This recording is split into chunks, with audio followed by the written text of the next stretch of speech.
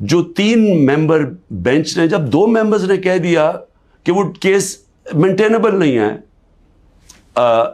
Justice صاحب نے وہ کیس لے کے بیٹھ گئے. تو ہم نے پھر دونوں کی طرف, ہم نے دونوں ججز کا کہا کہ یہ ہمیں ان امپائرز پہ اعتماد نہیں ہے, یہ ہمارا رائٹ ہے. ہم نے ریکوزل کا کہا. اب آج کیا ہوتا ہے, آج جو سپریم کورٹ میں ہم پہلے جب یہاں سے نہیں انصاف ملا, پھر ہم اسلام آباد ہائی کورٹ گئے, وہاں انصاف نہیں ملنا تھا, ہم سپریم کورٹ چلے گئے. سپریم کورٹ نے کہا کہ جو ہماری پٹیشنز لگی ہوئی ہیں ہائی کورٹ میں وہ سب اکٹھی سنی جائیں. اب آج اکٹھی سنی نہیں گئی پٹیشنز. جو ہماری پٹیشن تھی ٹرانسفر کی, ہماری ریکوزل کی, ہم نے کہا کہ جسٹس عامر کو ہماری نہیں سننی چاہیے ہماری پٹیشنز, وہ بھی ڈسمس ہو گئی, وہ اگنور ہو گئی. جو ہم نے گواہ کا کہا ہوا تھا کہ ہمیں گواہ کا تو موقع دیں کہ ہم فیئر ٹرائل, اور اب تو میں خیر وکیل ہی بن گیا ہوں کہ آرٹیکل کا آئین کا 10A کہتا ہے فیئر ٹرائل کے اندر ہمیں موقع ملنا چاہیے کہ ہم اپنے گواہ پیش کریں. اور وہ گواہ ڈال دیے آگے, اور کل انہوں نے کہہ دیا کہ ہمایوں دلاور ہماری فائنل آرگیومنٹ سن سکے. اب ہماری فائنل آرگیومنٹ وکیل کیسے کرے جب ہمارے گواہی نہیں پیش ہوا ہے؟ یہ فیئر ٹرائل کیسے ہوتا ہے؟ آج انہوں نے یہ فیصلہ کر دیا. تو نہ وہ ٹرانسفر کیا ہمایوں, نہ اس کا سنا ہمایوں کا دلاور کا کہ ہمیں ٹرانسفر چاہیے وہاں سے, نہ انہوں نے سپریم کورٹ جس نے کہا کہ سب اکٹھی پٹیشن سنی جائے, نہ انہوں نے وہ سنا. 7 پٹیشنز تھیں, ان میں سے انہوں نے صرف جو باقی آگے کر دی یا ڈسمس کر دی, اور جو اصل ہم ٹرانسفر چاہتے تھے وہ کی نہیں. اور یہ بھی نہیں اسے باؤنڈ کیا کل دلاور کو, کہ جج دلاور کو, کہ وہ تب تک فیصلہ نہیں کر سکتے, آرگیومنٹس پوری نہیں سن سکتے جب تک ہمارے گواہ پیش نہ ہوں. اب وہ کل کے اوپر پھر ڈال دیے. اب میں صرف یہ کہنا چاہتا ہوں کہ دیکھیں, فیصلہ جو بھی آ جائے گا ڈسکوالیفائی کر دیں گے. کیا میں مطمئن ہوں گا؟ کیا یہ قوم مان جائے گی اس فیصلے کو؟ سب کو پتہ ہے کہ یہ 200 تقریباً کیسز ہیں. مقصد صرف ایک ہے, کسی طرح عمران خان کو راستے سے ہٹایا جائے, کسی طرح تحریک انصاف کو ختم کیا جائے. یہ سب کو پتہ ہے یہ کیا ہو رہا ہے. 9 مئی جب بھی انشاءاللہ کسی دن اس ملک میں آزادانہ تحقیقات ہوں گی, 9 مئی پہ چیزیں سامنے آ جائیں گی. اور یہ کبھی بھی نہیں ہوا کہ ایک سائڈ فیصلہ کر لیتی ہے, گورنمنٹ کا فیصلہ کہ جی تحریک انصاف اس کے اندر گلٹی ہے, ہم قصوروار ہیں, اور ہمیں ہمارا موقف ہی نہیں سامنے رکھا جا رہا. ہمیشہ جج دونوں سائڈز سن کے فیصلہ کرتا ہے.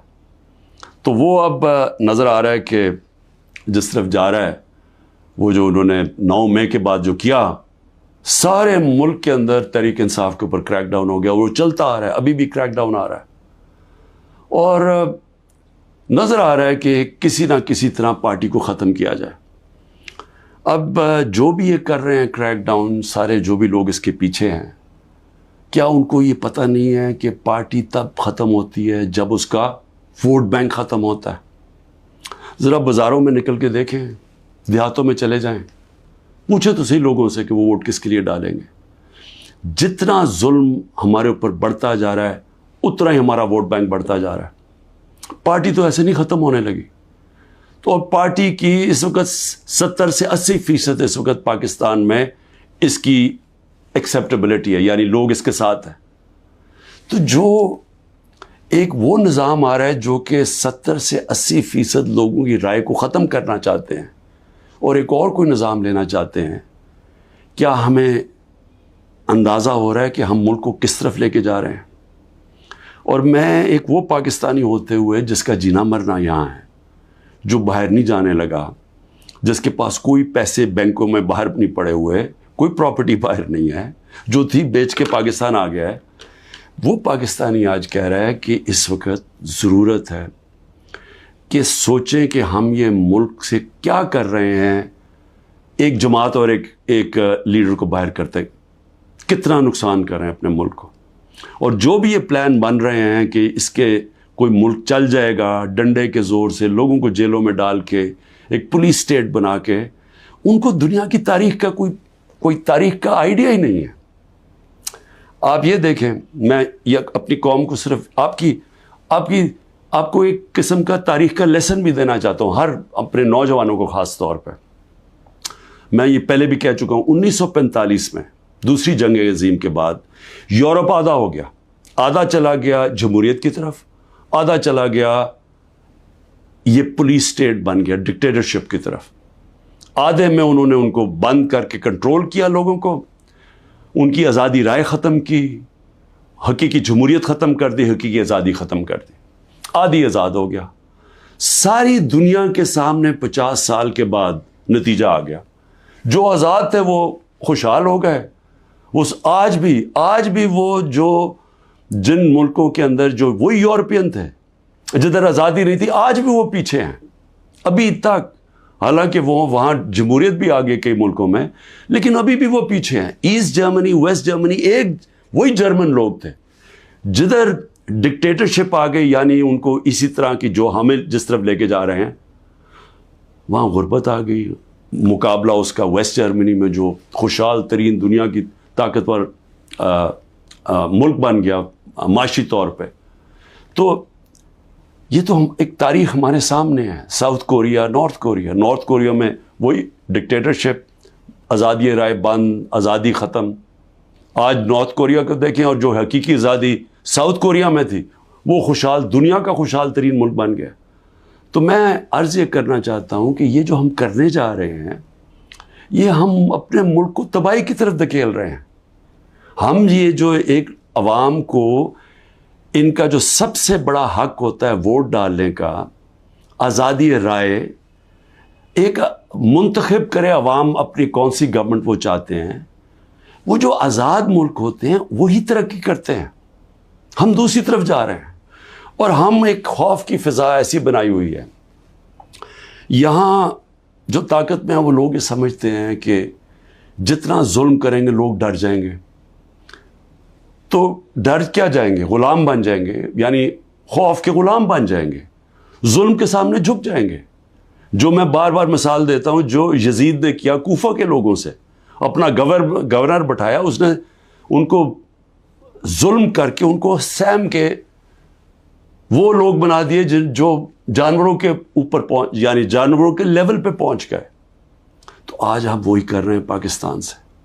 مجھے آج ابھی میں وکیلوں سے مل رہا تھا، انہوں نے مجھے خبر دی کہ جو ہمارے سینئر لوگ جیلوں میں، ایک تو وہ ہیں جو کہ ہمارے کارکن جیلوں میں برے حالات میں ہیں، لیکن وہ جوان ہیں، تکڑے ہیں.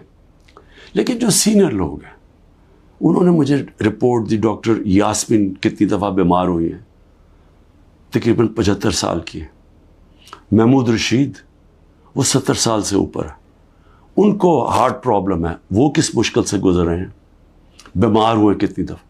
اعجاز چودھری تقریباً 10 kg اپنا وزن لوز کر بیٹھے، ڈائبیٹک ہیں.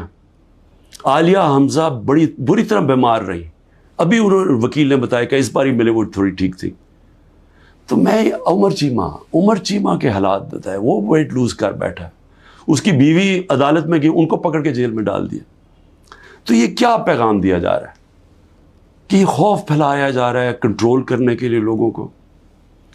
اور علی امین ہمارے پختونخوا کے پریزیڈنٹ، ان کے گھر میں 6 گھنٹے پولیس گھس گئی، کوئی سرچ وارنٹ نہیں تھی. سارا اس کا گھر اجاڑا، چیزیں توڑی. 80 سال کے ان کے والد تھے، ان سے بدتمیزی کی، دھکے دیے، گاڑیاں اٹھا کے لے گئے. تو یہ کیا ثابت کر رہے ہیں اس سے؟ یعنی ہم اس ملک کو کدھر دھکیل رہے ہیں؟ یہ خوف پھیلانے کے لیے اور لوگوں کو کنٹرول کرنے کے لیے ہم آج وہ چیز کر رہے ہیں کہ اپنی پولیس کو تباہ کر رہے ہیں. جب پولیس سے اس طرح کی غیر قانونی کام کرواتے ہیں ہم، تو یاد رکھیں پولیس خود بھی یہ کاموں پہ لگ جاتی ہے. آپ جب پولیس کو آرڈر دیتے ہیں کہ یہ جا کے کسی گھروں میں گھسو، گھر برباد کرو، خوف پھیلانے کے لیے، تو ہم پولیس فورس کو تباہ کر رہے ہیں. آگے ہماری پولیس کے حالات اچھے نہیں ہیں. آگے ہمیں پتہ ہے کہ ہماری پولیس، لوگ اون نہیں کرتے اپنی پولیس کو. لوگ سمجھتے ہیں پختونخوا میں ہم نے بڑی محنت کی تھی جب آئی جی درانی کو ہم لے کے گئے وہاں، اور انہوں نے پولیس کو ایک ایسی پولیس فورس بنایا کہ عوام اور پولیس ایک ہو گئی۔ آج پختونخوا کے اندر وہ نہیں ہو رہا، آج پولیس کے خلاف نفرت ہو رہی ہے کیونکہ اس سے غلط کام کروائے جا رہے ہیں، اس سے قانون توڑا جا رہا ہے۔ جن کا کام قانون کو اپ ہولڈ کرنا ہے وہ قانون توڑ رہے ہیں، اور یہ ہر جگہ ہو رہا ہے، یہ ہر جگہ جدھر تحریک انصاف ہے۔ اس کا 9 میں سے اب کوئی تعلق نہیں ہے۔ افتخار درانی کو اٹھا لیا، وہ تو میڈیا کا آدمی ہے، اس کا 9 میں سے کیا تعلق ہے؟ عمران ریاض ابھی تک غائب ہیں، 3 مہینے ہونے لگے ہیں، بچے ہیں ان کے، اس کا 9 میں سے کیا تعلق تھا؟ 9 میں ایک بہانہ تھا، ایک پہلے سے پلان بنا ہوا تھا پارٹی کو کرش کرنا۔ لیکن پارٹی کرش کیسے ہوگی جبکہ اس کا ووٹ بینک بڑھتا جا رہا ہے، لوگوں پہ ظلم کرتے جا رہے ہیں، لیکن پارٹی تو بڑھتی جا رہی ہے۔ تو کیا یا تو الیکشن کبھی نہیں کروانا، لیکن جب بھی الیکشن ہوگا، یہ میری آج آپ پیشن گوئی سن لیں، جیسا جو جتنی مرضی آپ کوشش کر لیں، جب الیکشن ہوگا اور جو پبلک اس ملک کی نکلے گی، آپ جو مرضی کر لیں، تحریک انصاف کو جیتنے سے نہیں روک سکتے انشاءاللہ۔ اس لیے میں آج بھی اپنے ان لوگوں کو جو اقتدار میں بیٹھے ہوئے ہیں، میں تو پی ڈی ایم کے لوگوں کو، سب کو، جو ہماری اسٹیبلشمنٹ ہے، سب کو کہنا چاہتا ہوں کہ دیکھیں ٹائم آ گیا ملک کا سوچنے کا۔ اپنی سوچ ذات بیچ میں سے نکال دیں۔ جب بھی ملک کا سوچیں گے اپنی ذات سے ہٹ کے، ہم سب بیٹھ کے وہی فیصلہ کریں گے جو پاکستان کے لیے بہتر ہے، اور وہ ہے صاف اور شفاف الیکشن۔ پاکستان زندہ باد۔